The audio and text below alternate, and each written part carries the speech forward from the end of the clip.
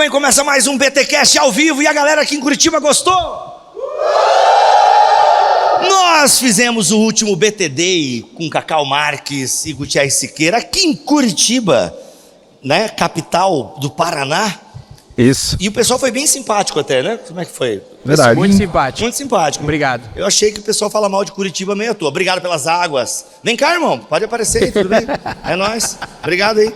É nóis. Não, tira do meu pé, irmão. E eu vou derrubar isso sem sombra de dúvida, assim. É muita certeza que eu vou derrubar. Valeu. E nós estamos com o tema espiritualidade para uma sociedade cansada. E eu quero, Cacau, resuma em poucas palavras a palestra que você deu aqui para nós, que não foi gravada. Tem que vir no BT Day. Quem não vem, perde. Eu vou comer meu canapé de banana. Ou você vê a vida como dádiva, ou você vê como tarefa. Ou você vive a vida como dádiva, ou você vive a vida como tarefa. Ver, né? Vê a vida como dádiva ou vê como tarefa. Muito bom. Gutierrez, resuma em poucas frases a sua palestra apocalíptica. A espiritualidade precisa ter uma orientação escatológica. Eu tô comendo ainda, foi muito rápido. E o resumo disso é uma vida focada na esperança. E eu falei de liturgia cósmica, eu falei de muita coisa.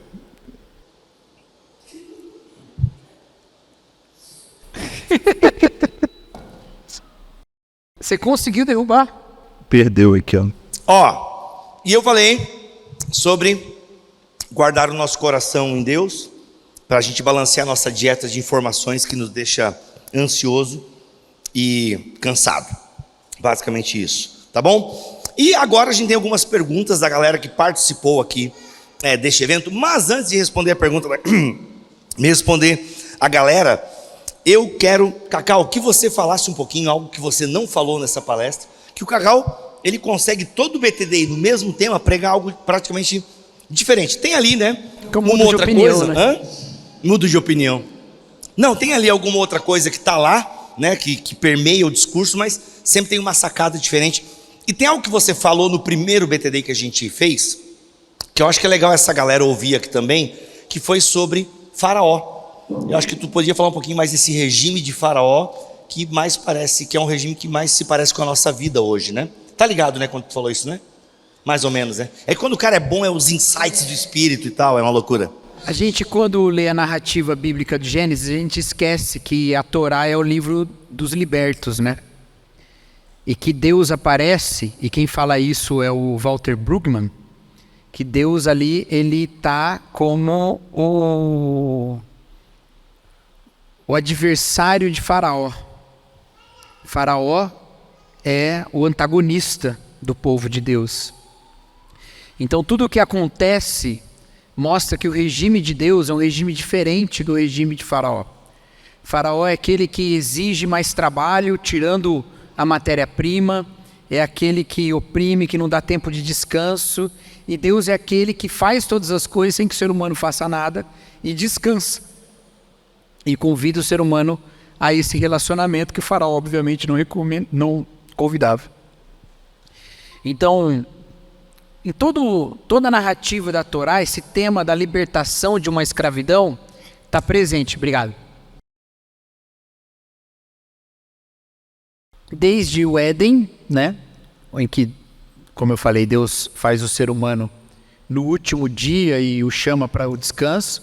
Você vê isso na Torre de Babel, né, em que os poderosos constroem obras faraônicas, faraônicas, né? Uma obra faraônica, e você olha assim e fala assim, nossa, a Torre de Babel devia ser uma... Qual que é a palavra? Maravilha da engenharia, né? Mas não, ela era uma maravilha da escravidão, né? Só tinha um jeito de você construir uma obra daquela naquele tempo. Era escravizando pessoas que iam morrer no processo, inclusive. Vários iam morrer, né? Se até para fazer estádio para a Copa do Mundo o povo morre, imagina para fazer Torre de Babel lá no... Liberta-nos! Aquele desenho é legal, né? Liberta-nos! Aí não assisti. Mano, Não assisti. Caverna do Dragão, não. Deus do Egito, não. O desenho, Príncipe gente. do Egito. Príncipe no Egito, já assistiu, né? Não. Meu Deus, ô Cacau. Não, sério, meu, é incrível. Mas enfim, é um desenho sobre isso aí que você está falando. Eu sei, é. E é... Não sobre a Torre de Babel, sobre o pessoal no Egito. Ah, é da Torre do Egito, é que eu tô com o faraó na cabeça, foi mal. Mas é tipo, é a mesma coisa, Então, é opressão. é um Deus que atua dessa maneira, nessa libertação, né? Então é muito significativo que Deus deu um mandamento do descanso. Ele tem tudo a ver com esse regime diferente.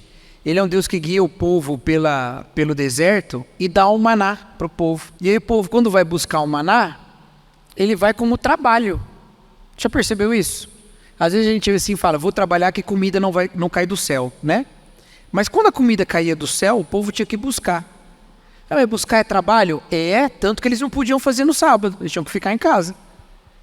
Então, olha a perspectiva do trabalho para buscar o maná. Eles vão buscar, mas eles sabem que eles só têm aquele trabalho porque a comida está caindo do céu. Então, aquele trabalho é dádiva. Porque se não comer comida, o trabalho tem que ser outro, tem que ser plantar no deserto. Aí eu quero ver você tirar comida do deserto. Então, eles sabiam que o trabalho que eles estavam fazendo era dádiva de Deus, porque só existia porque caía do céu, entendeu? Então, no 7º dia você não vai, fica em casa, pega 2 vezes na sexta-feira, e no sábado você fica em casa. Depois você volta a pegar só para o dia. Entendeu isso que eu estou falando? Então, essa nossa relação com o trabalho também tem que passar por essa perspectiva. Ela tem a gratidão porque ela vem de Deus. Mas ela está na perspectiva da dádiva. E não da nossa formação. A gente não está criando uma torre para fazer o nosso nome, que era o que a Torre de Babel fazia, né? Então, porque isso é coisa de Faraó. Ele manda construir cidade com o nome dele, inclusive, né? Era Ramsés, com o meu nome. Então, ou você vai viver pelo seu próprio nome, ou você vai ser escravizado, ou você vai escravizar alguém. Mas se você vive para a glória de Deus, você toma a vida como dádiva, você toma o trabalho como dádiva, você toma a partilha como dádiva, porque o outro é dádiva. E aí muda muito a figura. Não é isso que eu falei lá na ICC, não. Mas você falou, tem uma frase que você falou que eu lembro que eu até postei essa frase é muito boa. Tá, lembrei. Que bom que você lembrou. É que o Senhor tira o povo da escravidão para adorar, não é? Moisés vai diante do faraó e fala assim, deixa o povo ir para o deserto para adorar. Aí o faraó não deixa. Porque a adoração, ela traz libertação. Quando você reconhece que Deus é o Senhor, nada mais é seu Senhor. A proclamação do Novo Testamento de Jesus Cristo é o Senhor fazia com que César não fosse. Então, a adoração a Deus, ela é uma libertação. Então ele fala, deixa o povo sair para adorar, porque quem adora não é escravizado por ninguém. Nossa, quem adora não é escravizado por ninguém. Quem adora Deus, o Deus que liberta, quem adora o Deus que liberta não é escravizado por ninguém. Essa é boa, né? Porque ele é formado na adoração pela liberdade que Deus traz. Então ele sai para adorar e o faraó fica para trás. Aí ele sai na dependência de Deus, tanto que é Deus que sustenta. No deserto inteiro é Deus que sustenta. Está dependendo de Deus. Aí a gente olha os 10 mandamentos e fala que Deus mandão, né? Não, mandão era o faraó. Os 10 mandamentos são liberdade. Não terás outros deuses, porque se você tiver, você vai ser escravizado por ele. Não farás imagem de escultura, porque se você fizer, você vai confundir Deus com alguma coisa que você vai dar a imagem. E aí você vai ser escravizado por essa coisa. Não tome o nome de Deus em vão, porque Deus é o libertador. Não vai usar o nome dele para escravizar o outro. Guarda um dia para descansar, porque você existe na dignidade da sua relação com Deus, como a imagem de Deus que você é. E não no que você faz. Se você depende de trabalhar todos os dias para ser alguém, você é só o fruto do seu trabalho, né? Então, é toda uma perspectiva de libertação de uma escravidão. Então, quando a gente se vê escravizado e exausto nos dias de hoje, a gente tem que se perguntar, qual é o faraó que me domina? E sempre há. Um é o que eu falei aqui, da performance, da positividade, do ter que chegar lá. Tem o faraó da hipocrisia, da religiosidade. Tem o faraó da fome. Ô, louco. E aí, que é um outro problema. Porque se a pessoa tem que trabalhar, porque senão ela não tem o que comer, e ela não pode parar um dia, essa situação é injusta, porque ela está sendo escravizada pela fome, ela está sendo escravizada pela necessidade, entendeu? Então, por isso que temas como precarização do trabalho são importantes para nós. Porque se o cara tem que trabalhar entregando iFood todos os dias, inclusive no domingo, e não pode adorar a Deus, ele está no regime do Egito. E você, como igreja, tem que participar, porque a igreja é aquela lá de Atos, que todos têm tudo em comum. É a base da igreja aqui, né? Cadê o Heron? Atos capítulo 2. Então, quando a gente começa a ver o pessoal falando assim de, não, né? de relativizar o descanso, a folga. Deixa o cara ver qual é que é. Cuidado. Cuidado. Porque você está colocando a possibilidade de ganhar mais porque trabalha mais no lugar de Deus mesmo. Entendeu isso que eu estou dizendo? Então, a gente tem que estar envolvido na justiça, no trabalho justo, no trabalho com remuneração justa, com direitos, que não pode ser escravidão. Porque se for escravidão não dá para adorar, e se não adora não é liberto. Entendeu? Não adianta nada você pensar que você está reunido numa igreja, não, hoje o cara conseguiu vir, né? É domingo de ceia, ele conseguiu. Não vou tomar prejuízo hoje, não vou. Amanhã eu vejo aí o que eu faço. Amanhã eu faço um jejum intermitente forçado. Aí depois a gente vai embora, acaba o culto, cada um vai para sua casa. Um vai para casa falando assim, amanhã acho que eu vou tirar um day off, tô de boa. E o outro fala, cara, amanhã eu vou ter que trabalhar o dobro porque hoje eu não trabalhei para ir na igreja. Eu não acho que seja justo que alguém trabalhe todos os dias e não tenha o suficiente para sustentar a sua família. Não é justo isso, no padrão bíblico. Então a gente tem que olhar, porque essas tecnologias, essa maneira de lidar com o trabalho hoje em dia, está fazendo o trabalho valer menos. Mas as pessoas têm um valor que não inflaciona nem deflaciona. É o valor da cruz. Então a gente tem que estar envolvido, a gente tem que estar junto, a gente tem que dar apoio. Que é por isso que os cristãos foram conhecidos no começo da história, né? Muito bom. É mais ou menos isso. Então, porque assim, eu falo essas coisas todas, ansiedade, não sei lá, blá, blá, blá, parece que todo o problema da escravidão é psicológico. É uma dependência psicológica de formar uma identidade, uma dependência emocional, de ser amado, de ser reconhecido. Não, tem faraó que é social, tem faraó que é opressão. E aí a gente precisa pensar em justiça, em libertação, entendeu? E aí a gente, né? Eu vou... Depois a gente chama aquele lance que eu falei. Mas aqui, ó, tem uma pergunta que é interessante, cabe muito bem com o que você falou. Eu até queria depois ouvir o Gutierrez também sobre isso. Eita, nós. Cadê aqui? Esses dias li uma notícia. Esses dias li uma notícia que saiu da CPI dos aplicativos que aconteceu em São Paulo. Eu posso falar o nome da empresa? Pô, eu uso essa empresa. Que a empresa... Eu usei hoje 2 vezes. Oi? 3 vezes. Usou hoje. Que a empresa... Mas, gente, isso aí é um dado público, eu posso ler, né? Que a empresa Uber ganha dinheiro... Mas se o cara estiver mentindo na pergunta? Será? Uma empresa de aplicativos, que não foi citada aqui, ela ganha dinheiro com novos motoristas, porque o novo motorista não para. Ele quer mais e mais. Com isso, a corrida dos motoristas mais antigos cai, porque eles não querem fazer corridas consideradas ruins. Por isso a Uber, a empresa de aplicativo, precisa de mais e mais motoristas novos para suprir a demanda das chamadas. Trazendo para o nosso contexto de igreja, comunidade sempre precisa de novos voluntários para suprir a necessidade da comunidade. Com isso, os mais antigos não servem e os mais novos se cansam rápidos. Por isso as comunidades estão cansadas. Ou seja, é quando a comunidade de fé, é quando a espiritualidade deixa de ser um alento e passa a ser o faraó, né? Quando a espiritualidade deixa de ser a espiritualidade de Javé e passa a ser a espiritualidade de faraó. E aí, Gutierrez? Eu sei que o Cacau quer falar sobre isso, mas quero te ouvir também. Perfeito. Acho que tem 2 lados aí, né, pessoal? Tem muita gente sobrecarregada na igreja porque pouca gente trabalha. Essa é bem da verdade. A maioria dos crentes são crentes de banco. Não, às vezes nem uma contribuição financeira a igreja dá. Tem um número nos Estados Unidos, o Tom Heine é um pastor batista que faz esses levantamentos. Ele fala que é em torno de 10% da membresia da igreja que é atuante. Então, a igreja sendo o corpo, 10% essa igreja, como corpo, está na UTI, né? Tá respirando por aparelhos. Aí as pessoas são mega sobrecarregadas, as que se dispõem a trabalhar. Eu acho que o primeiro plano de pensamento é se eu estou entre os sobrecarregados ou se eu estou entre aqueles que estão se omitindo, os folgados, né? É uma reflexão pessoal que a gente precisa fazer na nossa vida. Porque tem espaço para todo mundo. A Bíblia não trabalha com a ideia de sobrecarregado, muito pelo contrário. Cada um pode contribuir com o seu talento. É interessante a Bíblia trabalhar na parábola dos talentos. Jesus trabalha a ideia de que nem todo mundo tem o mesmo nível de talentos. Eu acho interessante isso, porque um tem um talento, o outro tem 2, outro tem 3, tem 5.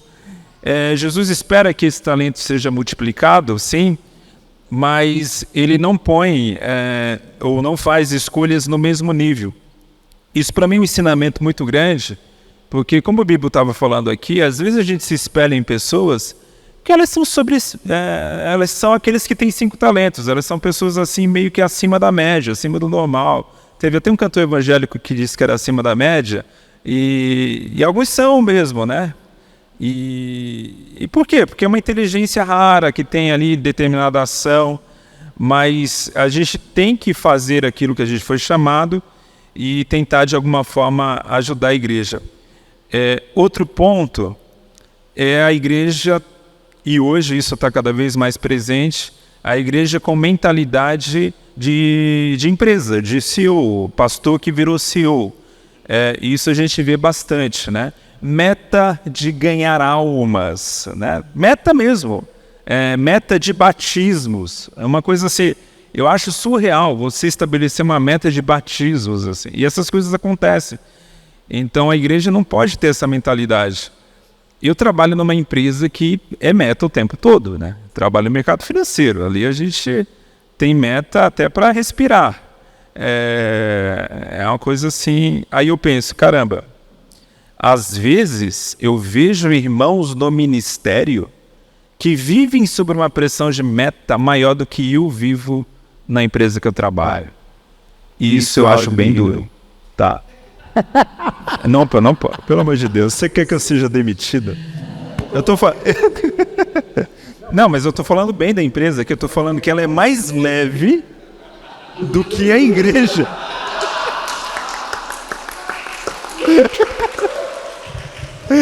É bizarro isso. Eu fico vendo alguns colegas. Eu estava conversando, por coincidência, há umas 2 semanas com um que deixou o cargo, que ele não aguentava mais. Eu falei, olha, fulano, eu estava para conversar isso com você. Você é um cara que tem uns 2 anos mais velho do que eu, ele já é casado, tem uma filhinha linda, mas pequena ainda, 3 anos, né?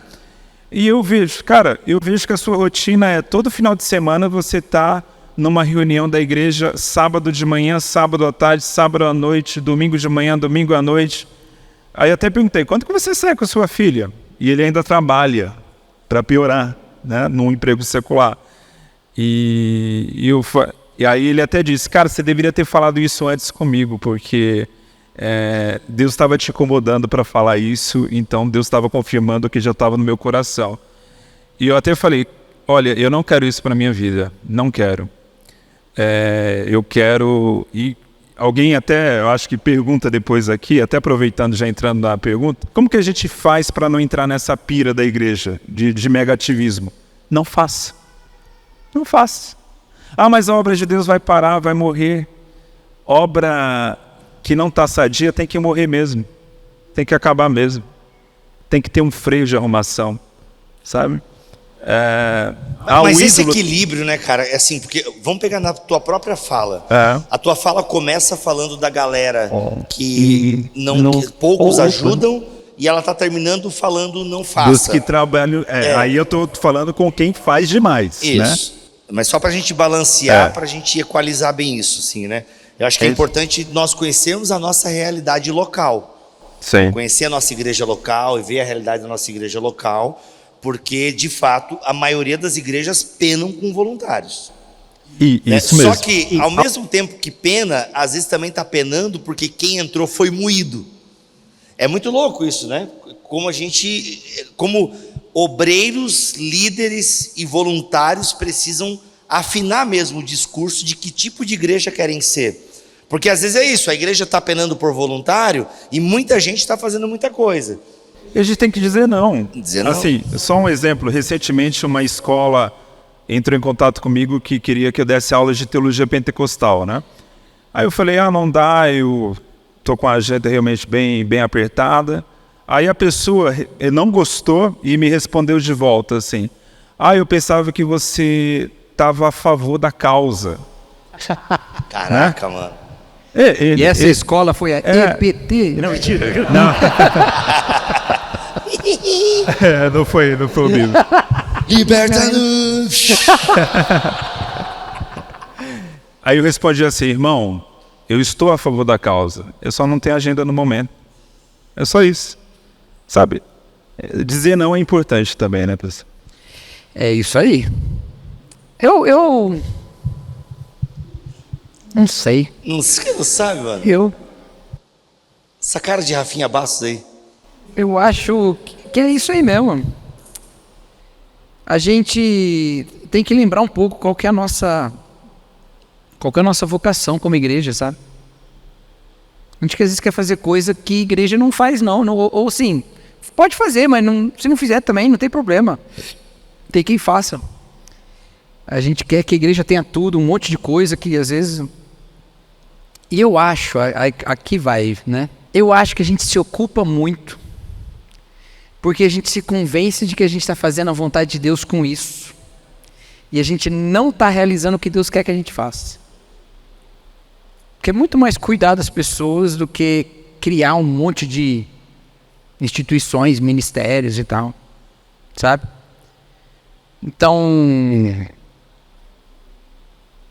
sei lá, acho que tem essa questão da realidade local, mas... eu acho que a gente quer voluntário às vezes para coisa que... nem precisava ter, ou se é para ter, era melhor pagar alguém, entendeu? Porque não é dom de ninguém fazer aquilo. A gente está gastando crente fazendo coisa que pede uma aptidão que não é do Espírito, entendeu? Que não é um dom do Espírito. Pede uma coisa que... Então eu estou muito com essa vibe agora. Não sei se eu estou muito certo, mas... eu acho que a gente perde, a gente Igreja gosta... do Cacau fecha ano que vem. Cara, faltou voluntário até para abrir a igreja. Aí não queria pagar ninguém para abrir, a gente fechou aqui. Não, cara, assim, a gente passa por tudo na igreja, né? A gente passa por momentos em que parece que não tem ninguém e passa por momentos que tem mais talento do que você consegue encaixar nas coisas. Aí você fica doido, porque você quer criar um monte de coisa para encaixar um monte de gente, mas quando, na verdade, essas pessoas já eram talentosas sem o Espírito.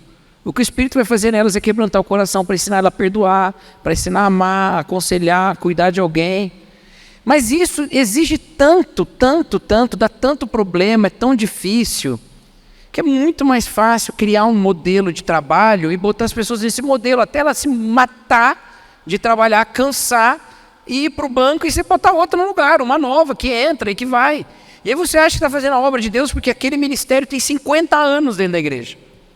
Porque 50 anos moendo gente, não cuidando de ninguém, entendeu? Sempre uma nova Emily. Agora, se você cuidar, Emily. se você ensinar e cuidar das pessoas, elas não ficam cansadas porque elas têm quem cuida delas. E elas cuidam de outros também, entendeu? E essas outras coisas, elas vão surgir. Vai surgir um monte de coisa boa. E vai surgir porque as pessoas estão envolvidas, porque elas... entendeu? É claro que a gente vai errar, claro que a gente vai pisar na bola, que a gente vai... exigir mais do que deve, e aí você não pode levar o não como ofensa. Eu fico pensando que uma pessoa que falou isso para o Gutierrez, ela não é uma pessoa que está querendo escravizar o Gutierrez.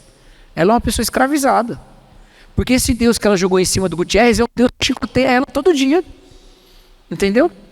É ela que acha que tem que estar na causa, é ela que não pode parar. E ela acha que ninguém pode parar, porque ela não pode. Aí não tem graça para ela, não tem cruz, não tem nada, só tem ela justificando com as próprias obras. E você, desculpa, e você não conhece a história e você fala exatamente parte da resposta dele. Eu estou nesse projeto há tantos anos, não sei o quê. Ele foi por essa linha aí. É profeta, né, uma barba? Isso me lembra, inclusive... Já falei desse negócio da barba, já né? Falou o negócio da barba? É um pentecostal, um carismático, um tradicional. Você sabe por causa do tamanho da barba. O pentecostal não tem barba, que é proibido. O carismático já tá ali, né? O tradicional aqui, ó. Daquele jeito. Mas eu lembro... Bora pro cachimbo. Mentira, internet, mentira.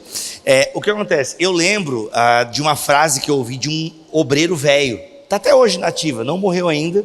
Quase uma vez cantando o hino da harpa. O bicho esticou a nota muito lá, mano, que ele foi parar no hospital. Sério, o bicho esticou tanto a nota do hino da harpa. Eu não lembro que hino que era, cara. Mas ele... mano, a igreja até assim, ó, meu Deus. E ele cantou o hino e deu aquela. E depois, fulano de tal tá no hospital e tal. Tem que fazer umas pontes de safena, uma coisa lá. E aí, mano, e um dia eu já fui telemarketing da minha igreja.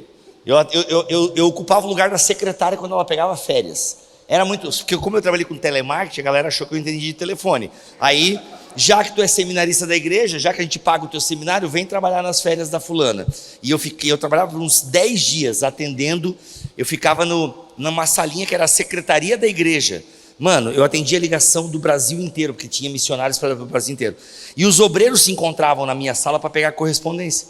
E uma vez uma fala me chamou muita atenção, desse obreiro velho, que ele disse o seguinte, eles estavam conversando, como é que tá, falando dele, ele falou assim, olha, eu estou fazendo tanta coisa para Deus que eu não tenho tempo para Deus.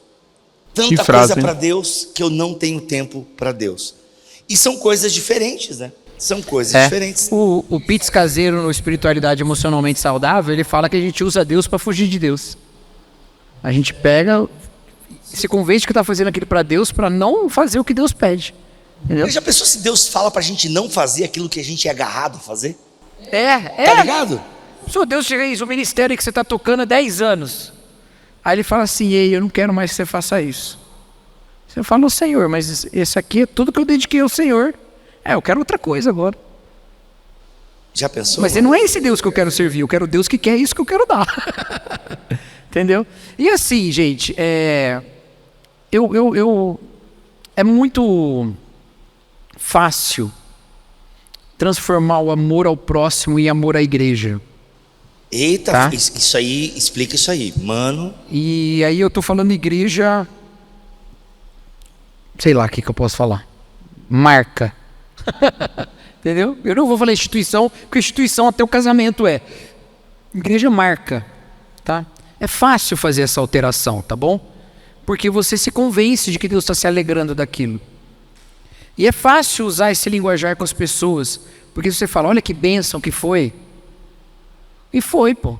O cara se matou 2 meses para um evento, aí no dia foi maravilhoso. Aí ele se empolga para se matar mais 3 para o próximo evento, né? E aí você vai nesse ciclo, até uma hora que ele não tem mais para dar. Aí acabou.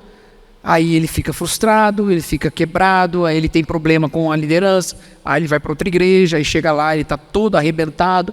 Ou a igreja cuida dele, ou a igreja faz a mesma coisa com ele de novo. E aí talvez ele escaldado fale, eita, eu não vou nem entrar nessa. Aí ele fica em casa mesmo, né? Porque aí as pessoas exigiram dele uma vida que Deus nunca exigiu. E se você, e aí eu falei isso aí lá em São Paulo e falo aqui também, se você não pode dizer não, é um faraó. Ah, mas como é que diz não para Deus? Ué, diz. Fala não. Ah, não pode, não Jonas tem como. falou e claro foi que engolido. tem. Mas Jonas falou não e foi engolido, né? Jonas não falou. Já vou te explicar isso aí. Moisés, o que foi a primeira coisa que Moisés falou para Deus? Não dá. Eu tenho língua pesada. O que Deus falou? Não tem problema. Arão com você. Fala, não, com Arão eu vou então. Entendeu? Senhor, desse jeito não dá. Tá bom, então eu vou te ajudar. Uma hora ele vai falar assim, não, minha força se aperfeiçoou na fraqueza, bora. Então beleza, é nóis. Né? Aquele meme lá, como é que é? E se não der? Se não der, não deu. Então bora. Agora Jonas, o problema era outro. Não é que não dava, dava. Ele não queria. E ele não queria porque ele não queria perdoar. Aí você paga uma passagem para Tarsis, para o fim do mundo, só para não fazer a vontade de Deus. Só que o fim do mundo às vezes é ação na igreja lá. Não dá para eu te ajudar agora porque eu preciso fazer não sei o que lá, fazer não sei o que lá. Não, gente, não. Se não dá, não dá. Aí outra coisa, seja sincero com o seu pastor, gente, com o seu líder. Esse tipo de coisa que o Gutierrez contou aqui, que foi um excelente exemplo. Às vezes a gente acha que todo mundo é assim, tem uma marca nossa, mas muita gente, eu não vou dizer a maioria porque eu não sei, mas muita gente não é. A gente falou isso esses dias, vocês não estão mais no grupo. No grupo aqui, meus amigos de grupo aqui, meus amigos bovinos, que nós somos gados do Keller. A gente está conversando lá, né? E a gente conversando falou isso, olha gente, Abre o jogo com o seu líder, porque o seu líder prefere saber que você não quer do que achar que você está esperando uma oportunidade que você não quer. Você acha que ele vai ficar frustrado, mas aí você fala, não dá, eu não consigo, não tem jeito. E às vezes eu peço alguma coisa para alguém e a pessoa fala, não dá. E ela vem cheia de dedo, cheia de medo, cheia de... Gente, mas eu não sou faraó, não. Eu não quero, se não dá, não dá. Pastor, mas não tem que ter essa área? Se não tem ninguém, não tem área. Não tem, mas não tem que ter. Bom, se tem que ter, vai ter alguém. Se não tem, é porque não tem que ter. Então vamos, uma hora vai ter. Vamos lá, bola para frente. Pastor, estou deixando tal ministério porque eu não estou aguentando mais, está muito pesado para mim, está difícil. Não tem ninguém para me substituir. Irmão, o Senhor proverá. Não é para você virar sacrifício, não. Vai ter um sacrifício no seu lugar. Brincadeira. Vai ter alguém. Entendeu? Gente, essa lógica não pode reinar na igreja. Ela não pode. A gente não tem estrutura para depois ter família. Isso não faz sentido. É igual você assim, eu vou ter filho. Não, então vamos fazer um cálculo aqui. Bom, pelas minhas contas, é melhor a gente ter 2 filhos homens e uma menina, desde que a menina seja a terceira. Mas se a menina for primeira, aí pode ter 2 meninas e um menino. Alguém faz isso? Não, gente, você tem uma família. Depois que você tem uma família, aí você pensa, você cata o cocô do cachorro, você lava a louça. Que tem a ver com a nossa casa, mas a família está antes. Entendeu? Mas a gente quer ter a estrutura e aí quer ter a família encaixada lá. Preciso ter um filho que saiba tocar violão, porque se eu não tiver, não vai ter banda. Se não tiver, não vai ter banda. Acabou, não vai ter. Mas como é que tem uma igreja sem banda? Vai ter uma igreja sem banda. Ah, mas se tu tá falta, aprende então. Ah, mas para mim não dá, então canta sem. E se tiver só uma banda, é outra religião. Porque é. Ai, meu Deus do céu. Não, é sério isso que eu estou falando. A gente quer estrutura, a gente pensa o que é uma igreja. E fala, a igreja tem que ser assim. E não é. A gente tem primeiro um povo. É muito doido isso na Bíblia, cara. O povo tinha um povo. Depois falou assim, cara, tá dando problema nas mesas lá, bora criar uns diáconos aí. Não tinha diácono. Jesus não mandou ter diácono. Aí os caras tiveram um problema, falaram, bora fazer diácono? Bora. Entendeu? Diaconisas, né, Vitor? Aí agora a gente faz uma igreja e fala, tem que já decidir quem é o diácono. Não, o diácono surgiu de uma situação. Não tem situação, não tem diácono. E vamos lá, é Jesus no povo. Primeiro a gente é família. Depois a gente vê o que a gente faz. Quem é que dirige para levar um menino lá na aula de karatê? Aí depois a gente vê essas coisas. Entendeu? Surgiu worship leaders, são necessidades modernas.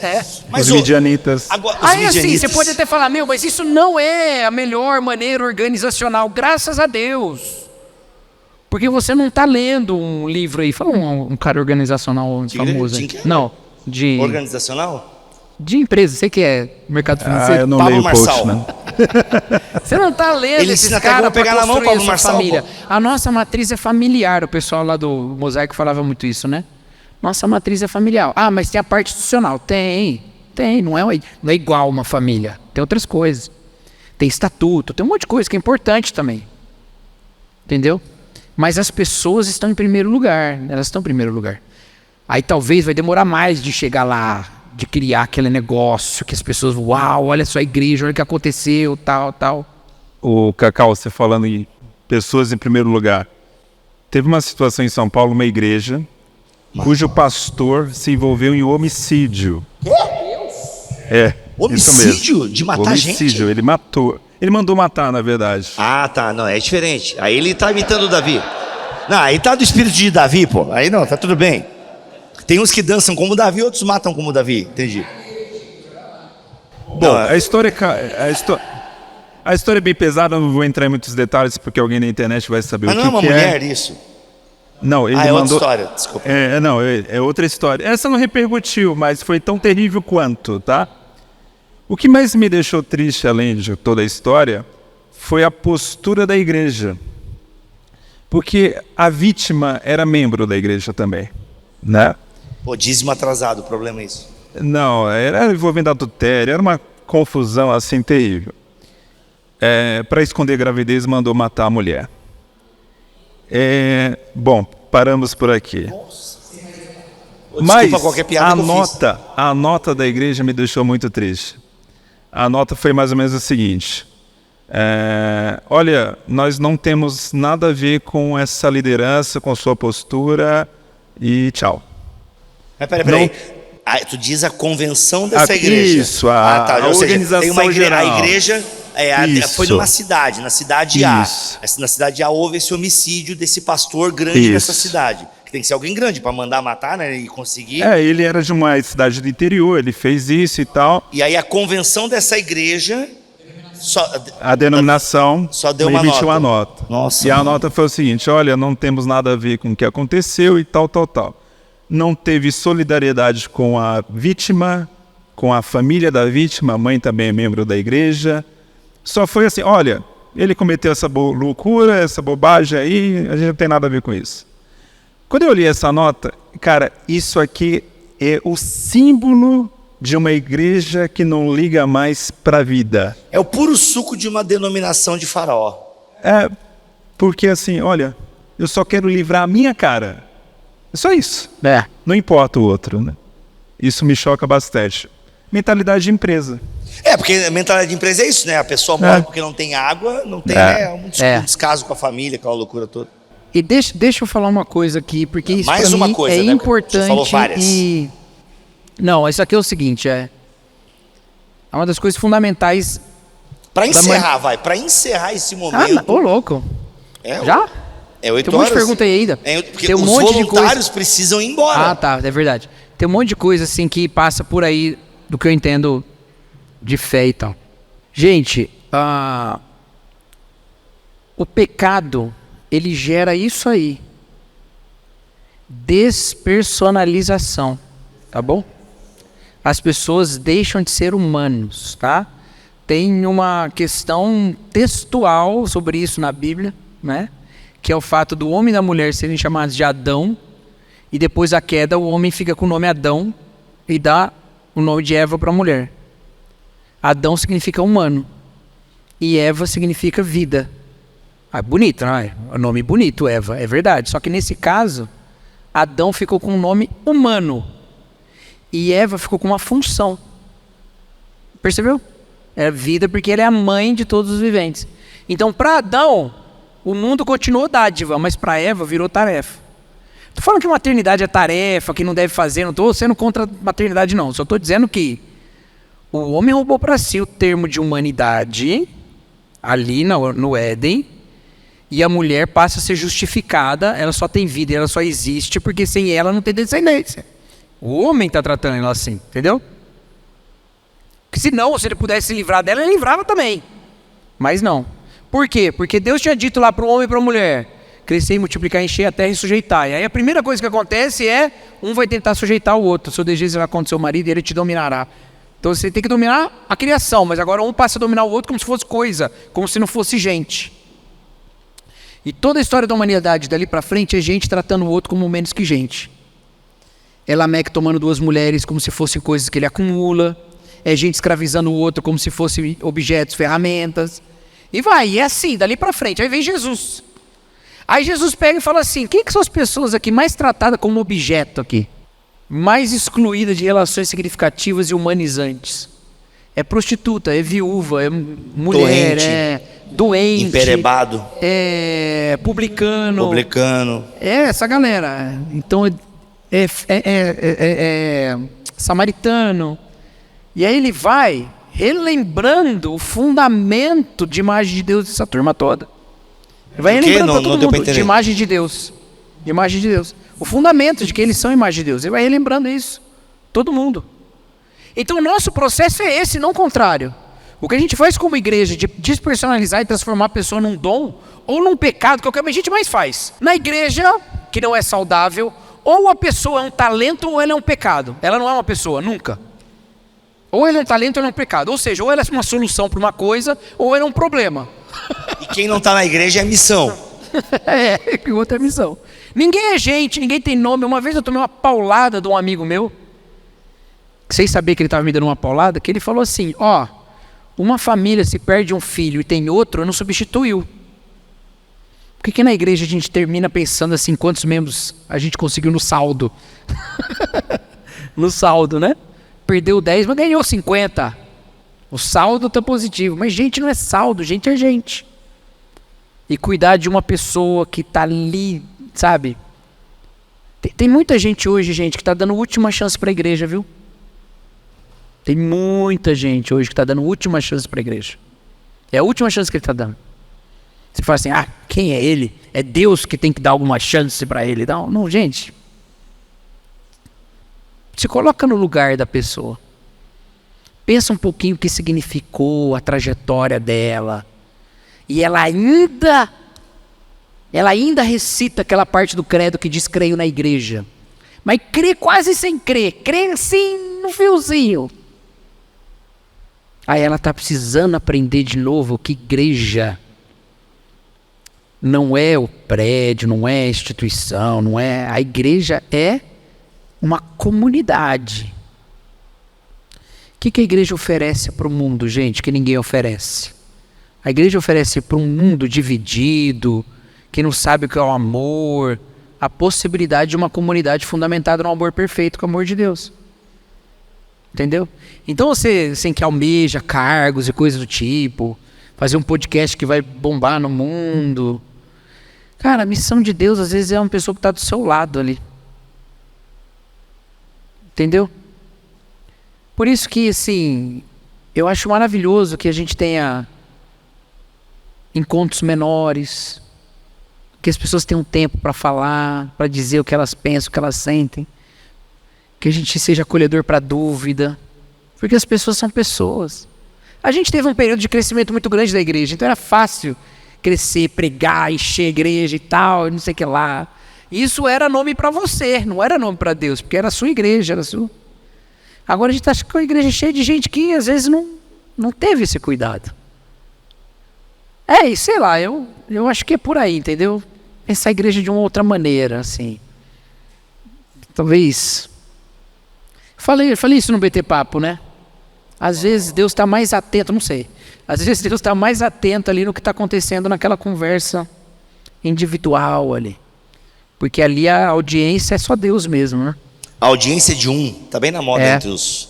É? Tá bem na moda entre a galera gospel, worshipeira, assim, essa ideia não, mas eu tô falando de audiência aconselhamento, tô falando de adoração, não. Tá. Não, é da audiência de Então assim, tá falando de pastor e do membro? Personalização, humanização. Tá, deu para entender isso? Humanização, personalização. As pessoas não são só os seus talentos e elas não são só os seus pecados. Elas chegam na igreja às vezes pensando que elas vão precisar provar alguma coisa, resolvendo, fazendo um monte de coisa. Não vai, gente. Você tem que dar tranquilidade para ela que se ela parar, ela continua sendo quem ela é diante de Deus, amada. Muito bom. Pela mesma questão. Tem muita gente que fala assim, o pastor visita fulano porque o dízimo é gordo.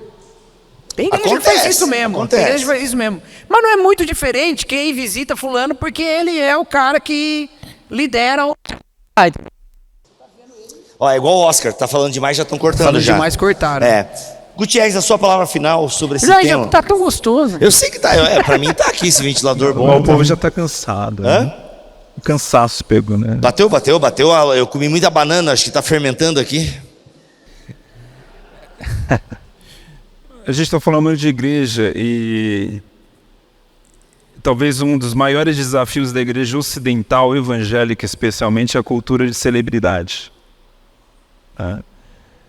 A gente tem uma cultura enraigada de celebridade em tudo, né? Influencers. Influencers aqui, o Bibo, por exemplo, né? É fruto dessa... Mas eu estou falando... Não, mas é verdade. O nosso ministério é um pouco... É um pouco daquilo que a gente critica. É um pouco disso de cultura de celebridade. Em que sentido?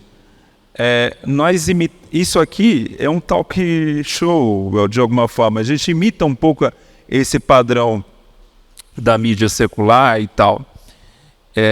Por que é um desafio e por que a gente tem que sempre fazer isso e pensando da melhor forma possível, né? Nós evangélicos temos uma qualidade de se adaptar muito facilmente às tendências novas que surgem na sociedade. Isso é um ponto famoso positivo. Imitar o mundo, que a gente tanto fala, não imiteis o mundo. Mas a gente faz isso com uma facilidade incrível, né? Só que isso é um desafio. Um desafio é o seguinte, a igreja tem uma perspectiva eterna. E essas modas, elas passam muito rapidamente. E às vezes a gente se apega a uma moda e faz disso uma tradição. E uma dessas modas é essa cultura de celebridade. Pode ser que na frente essa cultura ela se esgote também, como muita coisa já se esgotou na história, né? E por que eu vejo esse desafio? Quando eu vejo uma pessoa vindo falar comigo numa caixinha de perguntas, ela me olha como a pessoa que vai resolver os problemas da vida dela. Isso me preocupa muito, muito. É claro que eu continuo abrindo caixinha de perguntas, eu acho que ela tem uma relevância ali para responder algumas perguntas básicas. Mas quando alguém vem com essa postura, eu não estou colocando culpa nessa pessoa, mas ela e eu estamos fazendo parte de uma mesma cultura, onde se foi vendida uma ideia que alguém é capaz de dar uma palavra de maneira definitiva para você. Eu vou aprender aquilo com Gutierrez e a minha vida vai se encaminhar de uma forma perfeita. A gente tem que vender menos, digamos assim, nós como soluções para todas as coisas, sabe? E a gente tem muito essa tendência, muito assim, de maneira geral. Teólogos têm muito isso. A gente sempre se acha... Por isso que eu brinquei aqui que a teologia não vai salvar a igreja. Quando eu falo isso, é porque nós teólogos temos uma síndrome de Salvador.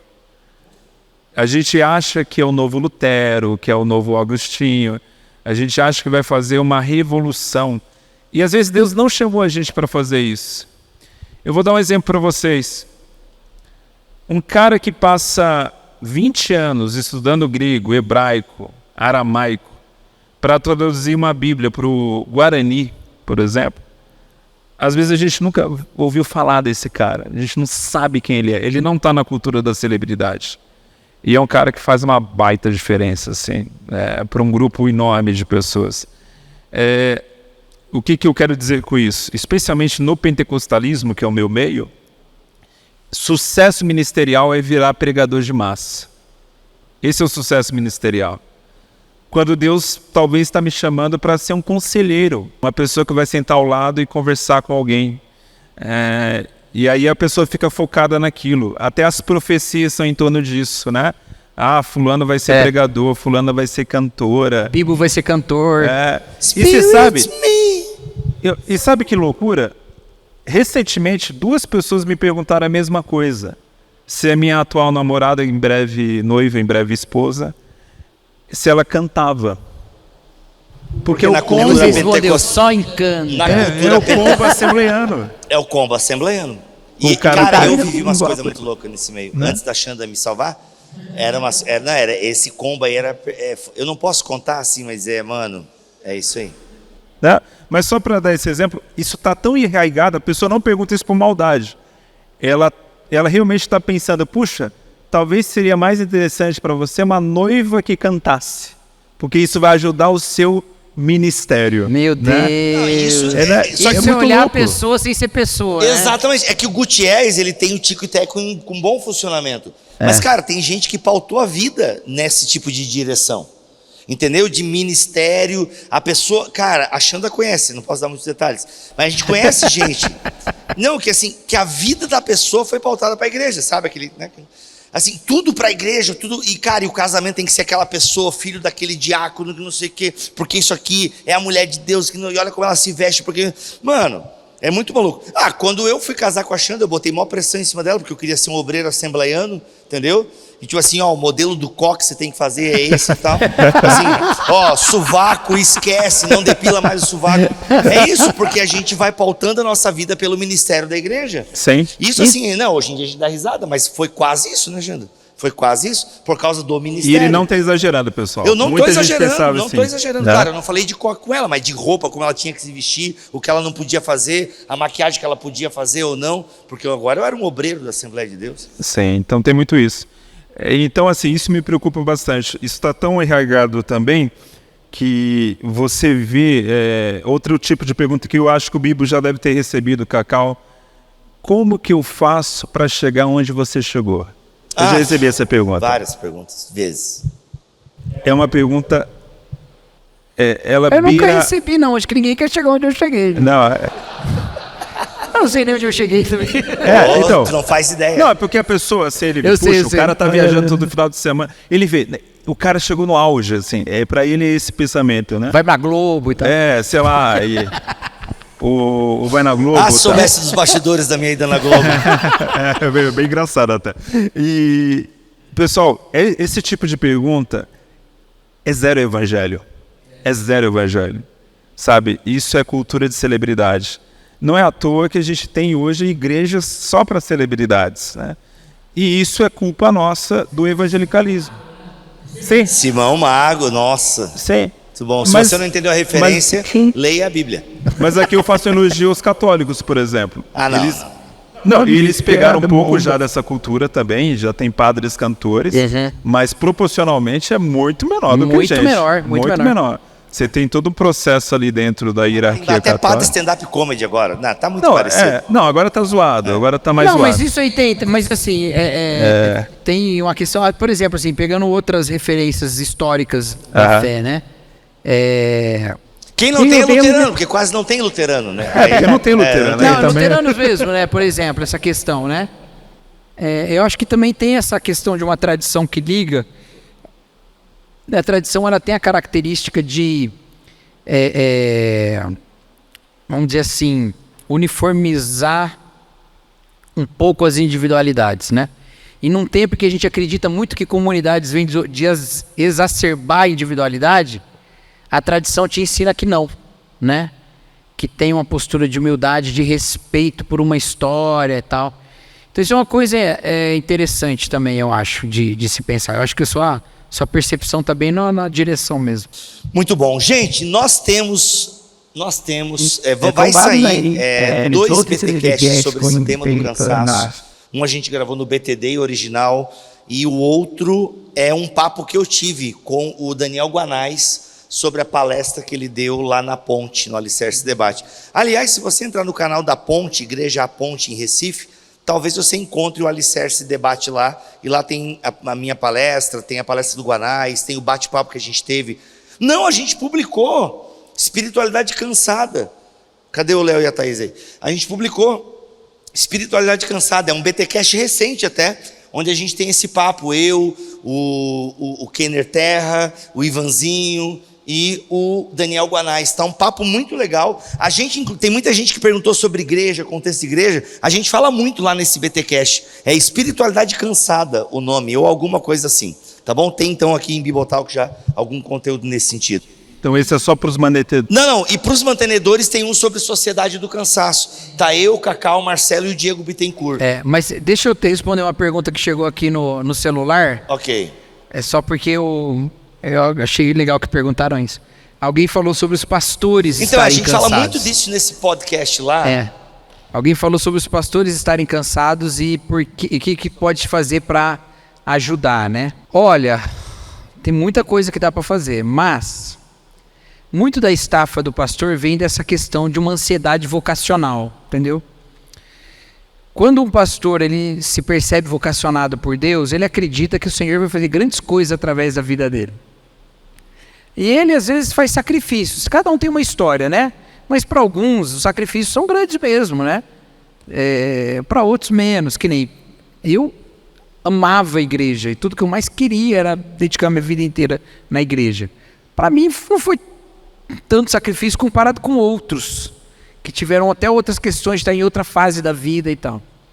Aí chega no ministério, o cara vai convencido de que Deus chamou ele, e ele ofereceu tanta coisa para Deus e tal, né? Agora Deus vai retribuir, né?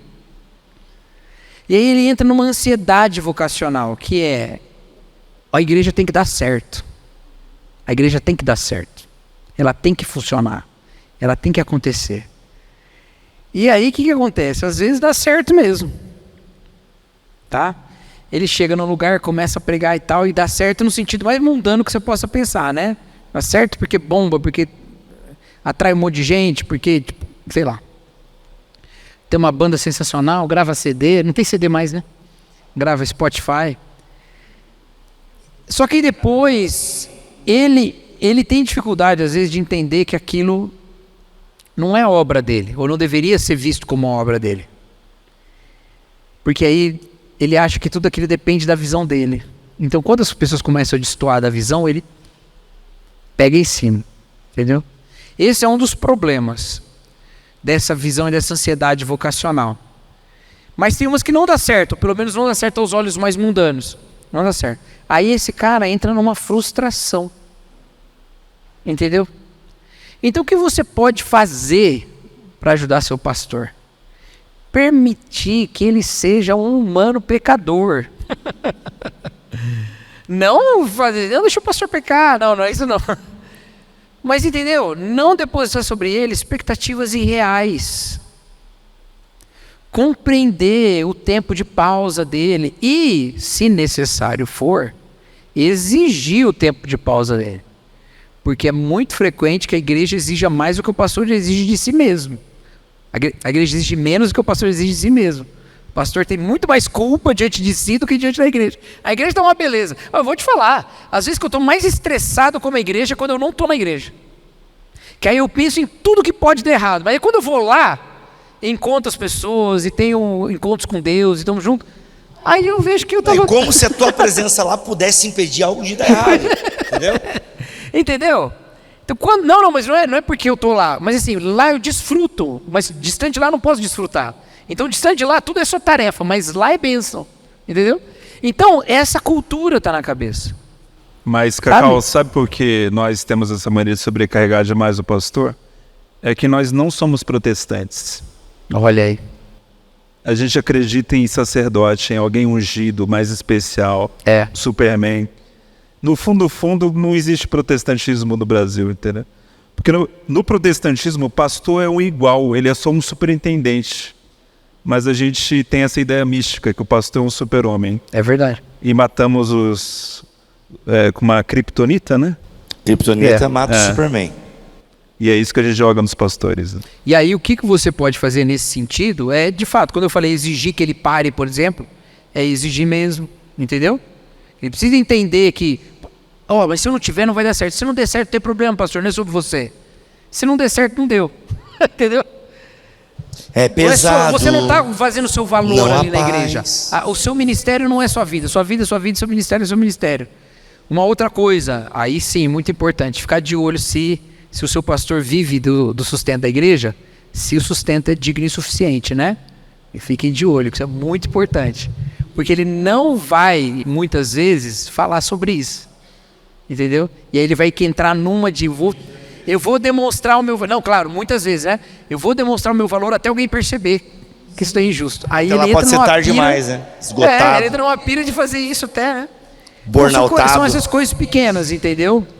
Muito bom. A gente fala, sério mesmo, no BTcast 524, a gente fala bastante sobre isso. Pastores, líderes, igreja. Não falamos o que o Cacau falou lá, o Cacau deu um plus aqui, mas tem muito mais lá. Gente, acabou. Acabou. Obrigado. Depois eu dou um pirulito. É isso, galera. Muito obrigado. Quem pegou a referência? Quem pegou a referência? Qual que é a referência? Acabou. Oh, não. Nossa, eu não peguei a referência. Que isso? Mortal Kombat? Ele pegou. Mortal Kombat? Ele pegou. Quem que é? Fala. Pare, garoto! Oficina? O disco acústico da Oficina G3. Meu Deus, quem ouve ainda Oficina? Entendi, Oficina. Bibo, muito obrigado. Muito obrigado, Eu só vou encerrar falando uma frase de um hino que eu quero recomendar para vocês. O que me basta. Qual é o nome? O que me basta. Desacelera o meu mundo, silencia o som dentro de mim. Tudo mais se apague até que eu veja só a verdade. Nossa, Sandy Júnior? É bonito, cara. É worship. Worship? É worship, cara. Tem cara de Sandy Júnior. Muito bom. Mas é muito que bonito. música que é essa daí? O que me basta. O que me basta. De quem que é? De quem que é? É da Gateway, cantada pela Soraya Moraes. É lindo esse. Soraya Moraes. Aí, ó. Olha aí, muito bom, muito bom. Cacau, mais uma vez. Eu citei Oficina G3. Olha aí. E eu citei... Não a música mais brilhante deles, mas... E eu citei aqui, ninguém ouviu, eu citei Tribalista também, né? É pesado, não há paz, tudo que quer, né? Aí, gente, valeu. Obrigado. Desculpa também a nossa... Eu falar demais e alongar aqui. Mas é isso, né? Vai com a perspectiva de Jesus, é o que devolve a humanidade pra gente objetificada, né? Muito bom. Vai nesse processo. É isso. Resista à tentação de dominar. Obrigado, Heron, obrigado, Igreja Comum, obrigado a todos vocês que vieram de longe, de perto. Muito obrigado, Deus abençoe. Até o próximo, se Ele quiser assim permitir. Fiquem todos na paz do Senhor Jesus. Valeu, galera. Valeu.